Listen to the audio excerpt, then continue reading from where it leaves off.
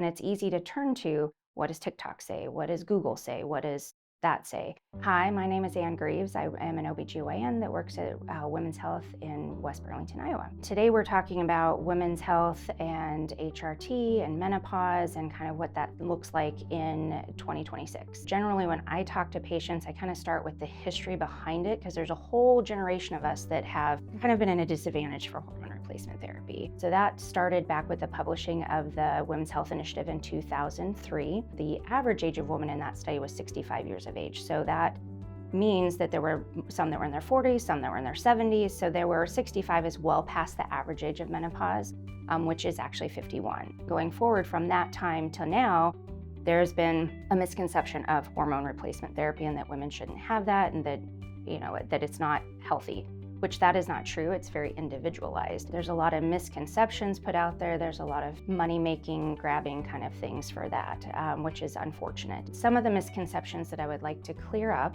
are that you have to track hormones and hormone levels regularly. That is not the case. Hormones fluctuate every single month during our menstrual cycle. So they fluctuate, we ovulate, you don't get pregnant, you have a period, and it does it again. So every day it's a little bit different. Someone would search for HRT and help with symptoms that they're having, which really starts probably early to mid 40s. There's a range, there's no real defined time. Often these ladies will still be having menstrual cycles regularly, but will start having hot flashes or often night sweats. And then the other thing, as we get into our 40s and approaching menopause, our metabolism slows down. It's more difficult to lose weight.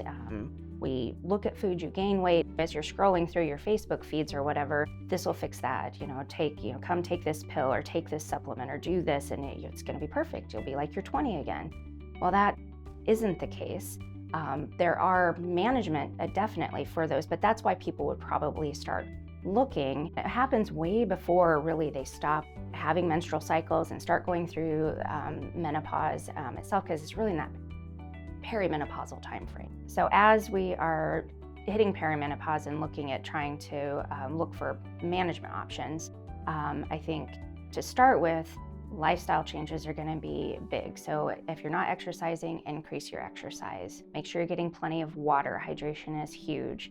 Make sure you're getting adequate sleep. That's another big thing. Avoid alcohol, especially if that's a trigger for hot flashes. There are some over-the-counter medications that you can use. There's black cohosh that you can try. You can get that in the vitamin section. Dawn Quay is another one. Usually you have to probably find that at a vitamin store.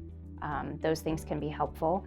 There are the SSRIs, which help with depression and anxiety, and all of those things can be done before actually jumping into HRT itself. So common symptoms that will cause women to seek help for perimenopausal symptoms, they would include hot flashes, night sweats, vaginal dryness, pain with intercourse, mood swings, brain fog's another one that we hear. Those are kind of a lot of them that cause people to come in to be seen. If you're experiencing the perimenopausal or menopausal symptoms, the next step would be to contact and make an appointment with a provider.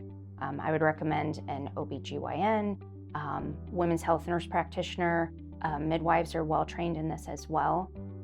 So anybody in that category would be appropriate to follow up with.